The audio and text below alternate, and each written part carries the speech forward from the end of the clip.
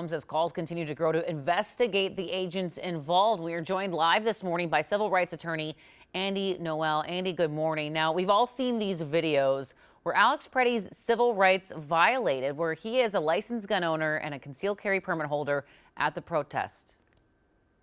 Well, it's still early, and hopefully there'll be a full investigation. But from what we see on the video, clearly this appears to be an unjustified shooting. He was not armed at the time he was shot. He was shot in the back. He was a lawful gun owner. The Second Amendment gives people a right to do that in Minnesota, and the Fourth Amendment gives them the right to not be seized unreasonably. And it certainly appears from the video that that's what happened here. So, what would the next step be in inciting a formal investigation outside of DHS on ICE officers involved in both of these shootings of Preddy and Renee Good?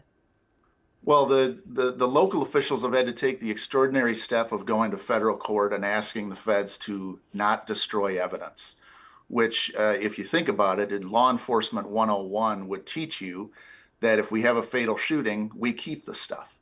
So the fact that that has to be done is extraordinary in and of itself. In terms of the investigation, I hope it's objective. I hope the feds do one. We've heard similar statements from the feds demonizing the victim, like we did in the Renee Good shooting, talking about how Mr. Preddy arrived at the scene to kill law enforcement.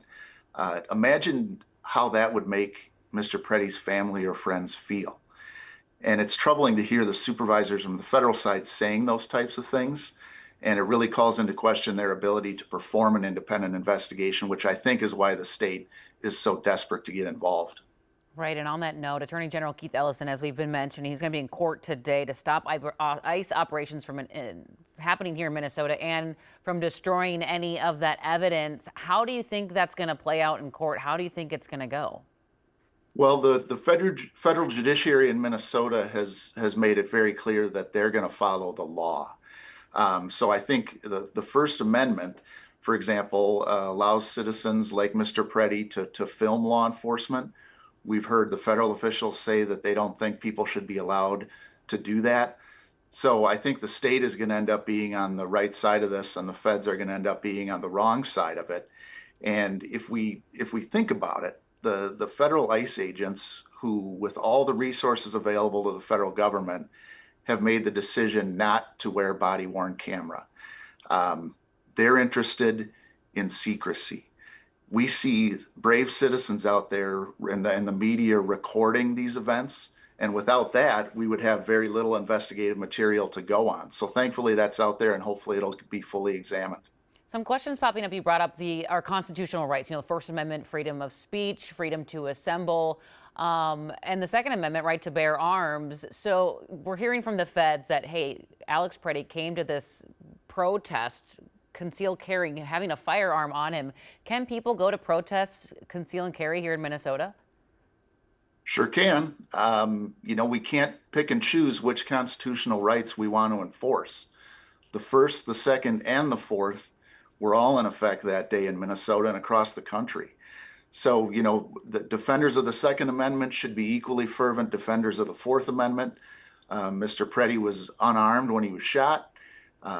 He was on his hands and knees. He was shot in the back. That doesn't square with the Fourth Amendment. So I don't really like hearing blaming the victim in this type of situation. Right. And speaking of both victims of Renee Good and Alex Preddy, do their families have grounds for civil suits with their deaths if the state is not able to move forward with their own situation in terms of lawsuits and criminal? Well, the families certainly have grounds to move forward from a civil perspective. You would like there to be a full investigation that would obviously assist a civil case investigation. All the facts, the more the better. And again, I'd like to encourage the federal agents who were at the scene and the shooters to cooperate with our local and state law enforcement in their investigations.